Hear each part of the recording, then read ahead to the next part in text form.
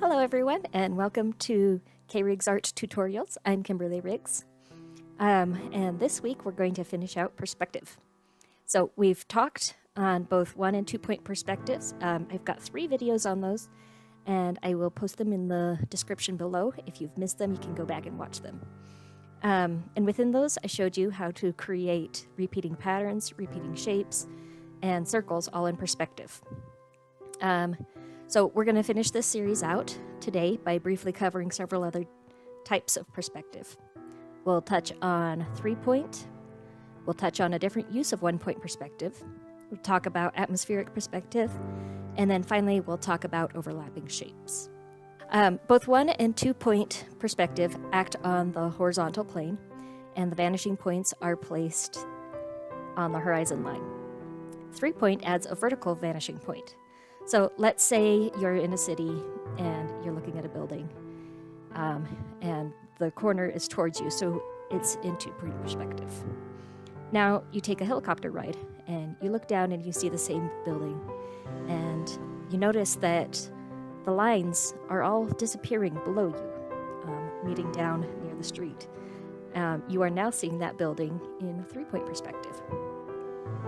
So this is called the bird's eye view. You can use 3-point perspective either for your bird's eye view, which is above, or your worm's eye view, which is from below. So we're going to try it, and I'll show you how this works.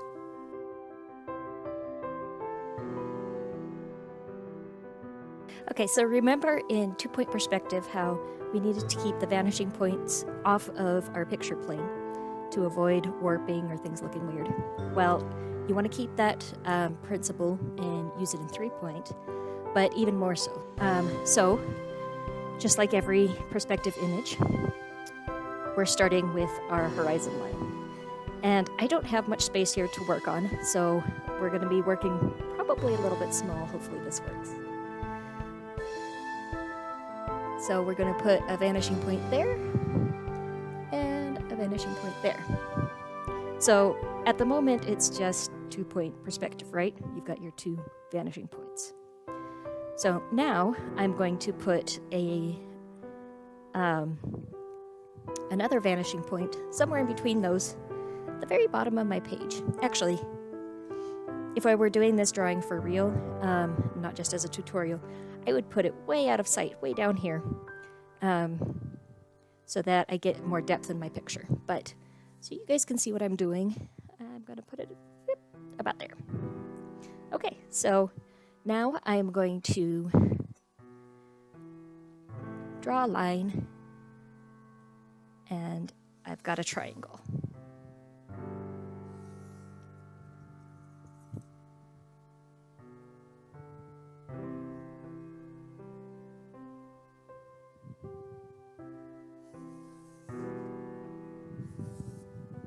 Okay. Now, if you're doing bird's eye view, you're going to have it this way. So from above, you want your vanishing point, or the point of your triangle, going down. If you're looking from below, you want your vanishing point above. So just think of it as a triangle and figure out where you need to put that final vanishing point. Now, remember that I do want to keep these vanishing points as far as I can apart, so things don't end up looking weird. So essentially, let's grab another color here without knocking them all out of the basket. There go a couple of them. So essentially, my picture plane is going to be somewhere around here.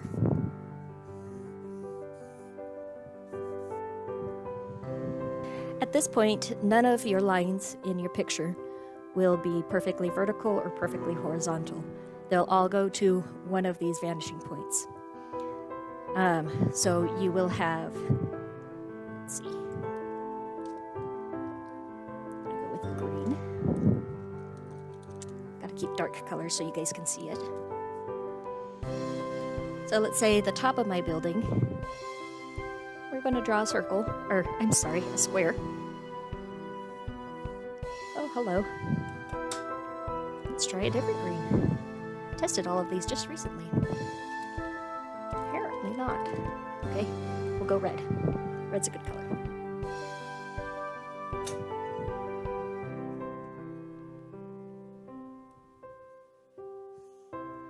Okay, so we'll draw a square, like with all of ours.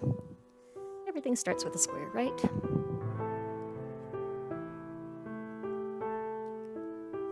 And we're starting out just like 2-point perspective. Okay.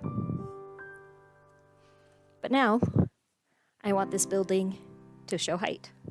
So each one of these corners is going to disappear down at that bottom vanishing point.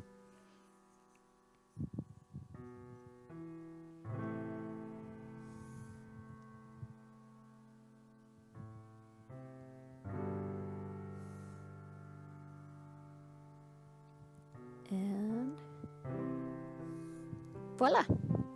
So now, if my vanishing point, depending on where my bottom vanishing point is, will depend on how steep those lines are. But I have my skyscraper here now, and you know, I could measure these out. But so there's my rows of windows.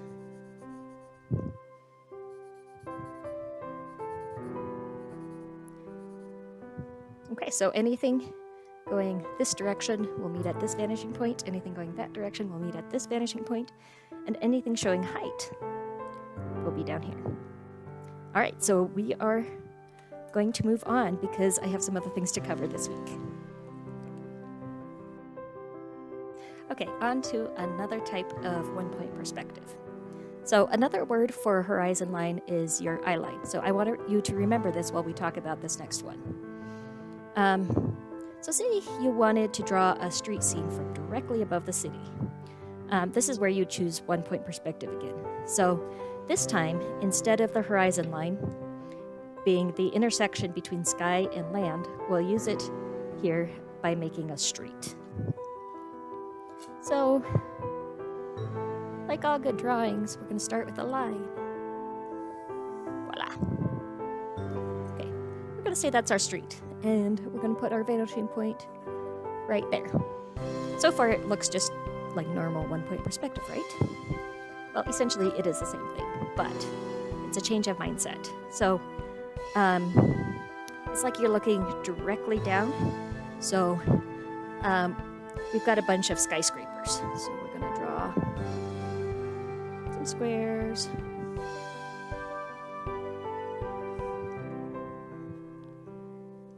Square there, and a square here. Well, let's make this one a funny shaped one. Let's do it there, and to there, and let's bring this line down.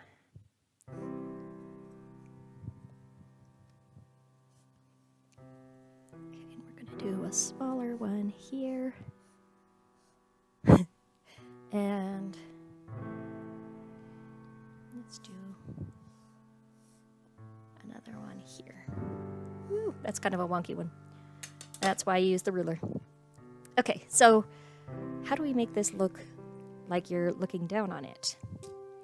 Well, you take all of your corners and draw them to your point in the middle.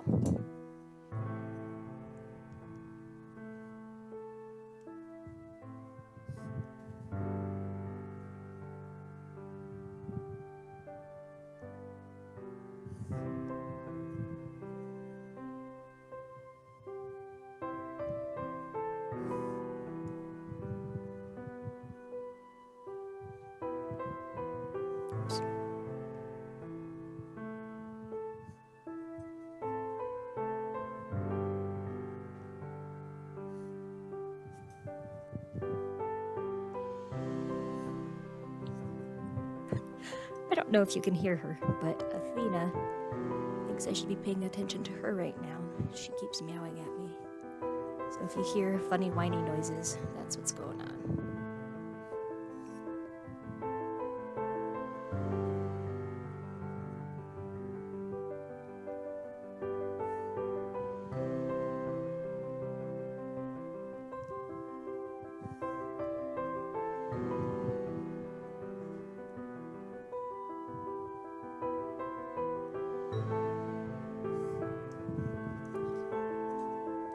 this corner. Let me see. No. Okay.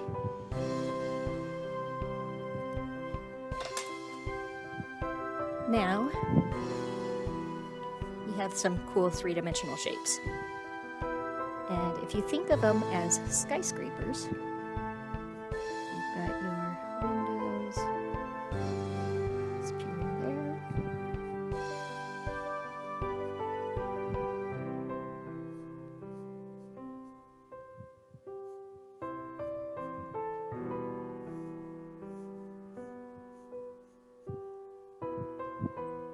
Yeah, so you get the idea. So you could actually draw lots of squares, lots of lines, create streets, make it more dramatic. Or you can forget about the skyscraper and just make some really interesting shapes and designs this way.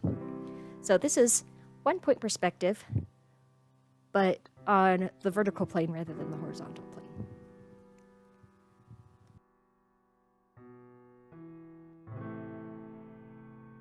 One, two, and 3-point perspective all fall under the term linear perspective.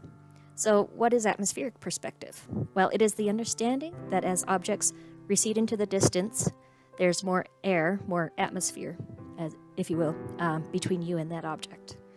This results in the furthest objects appearing much lighter and less distinct than the closer ones. So if you're drawing in value, you might indicate this with grays, getting progressively darker as the objects get closer. So I'm going to show you. Okay, so I'm just going to draw a line. Boop. We're going to make it 1-point perspective just to keep things simple.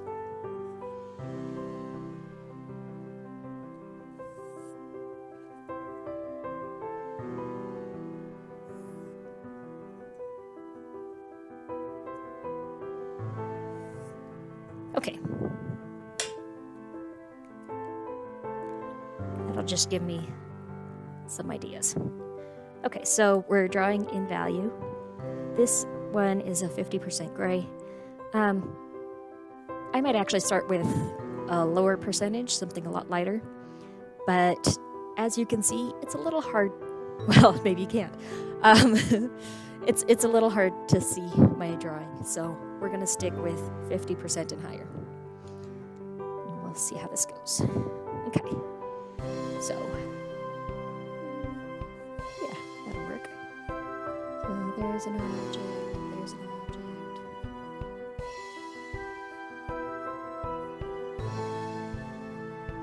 So these are all in your background, right? Now, moving on to 60%, we're getting a little closer.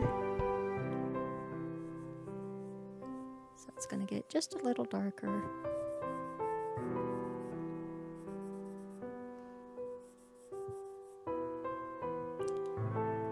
And then 80%.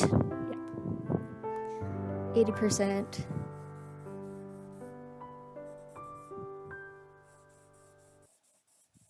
My 80%'s dying. Let's try the other side of it.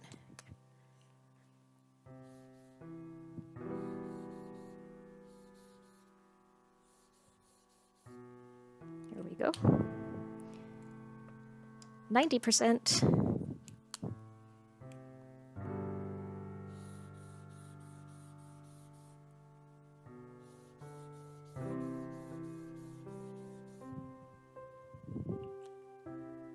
Yeah.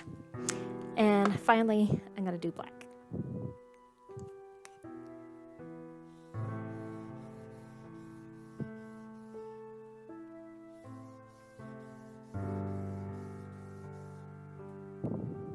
There. And as you can see, they're dark closer to us, and it recedes lighter and lighter and lighter and gets more and more indistinct. And that essentially is atmospheric perspective.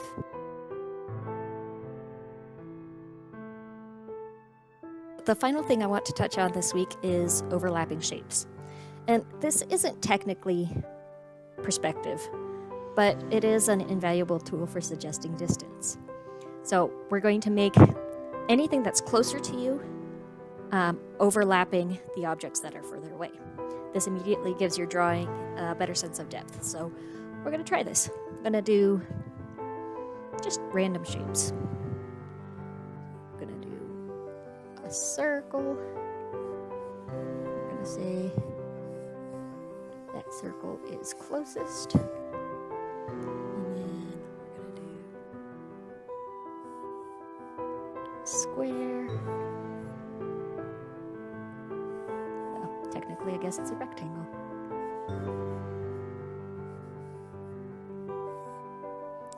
And then maybe I'll do, let's see, a triangle.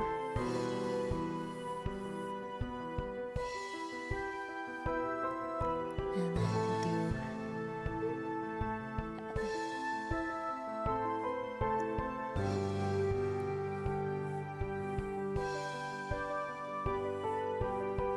sort of an oval shape here. Okay, so with that overlap, the circle looks like it's closest to us.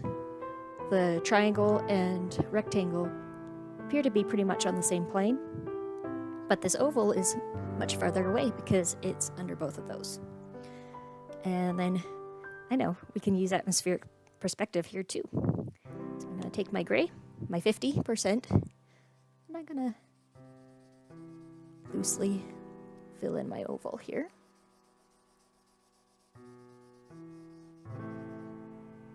Okay, and then I'm going to take 80% and fill in.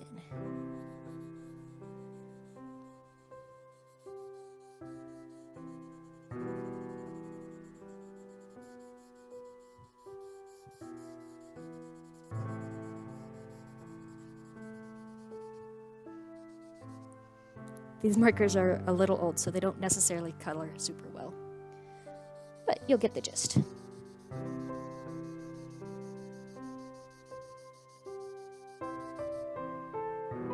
Like that. And then finally, black for my circle.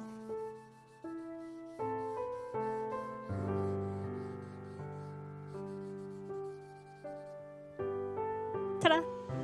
Oh, that circle looks really bad now.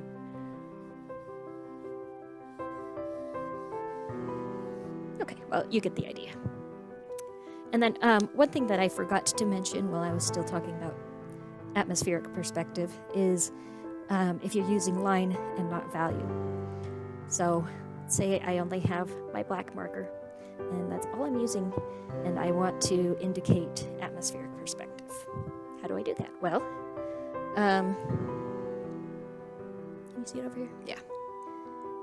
So I'm gonna draw a little square, and we'll use overlapping shapes as well. Draw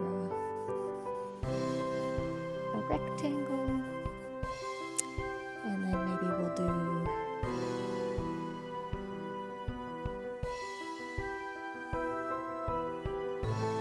a circle.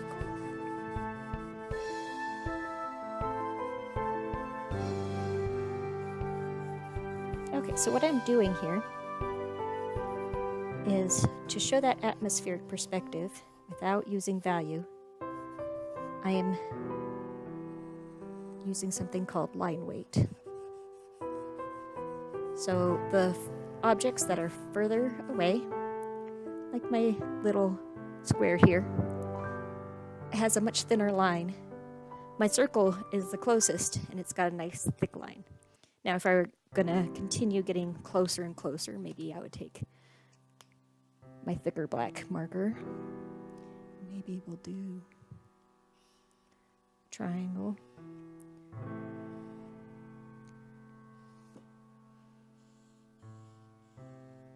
Suddenly you have something a lot closer. And it goes off the page, kind of suggesting that it's something so big that you can't actually get it into the picture plane. Okay. So that is atmospheric perspective along with overlapping shapes. Both of these can and should be used in tandem with your linear perspective. So if you combine these with your 1-point, 2-point, 3-point perspective, you'll create a more successful illusion of depth on your page. So in theory, I could continue this series on perspective as it is a vastly complex subject. But we could go on discussing creating an incline in perspective. We could talk about 4 or even 5-point perspective. However, some of these get a little more technical, and I'm not the right person to explain them, as I'm still learning myself. The principle of perspective can be easy, the idea of things vanishing to a point on the page. But the proper execution takes time and lots of practice.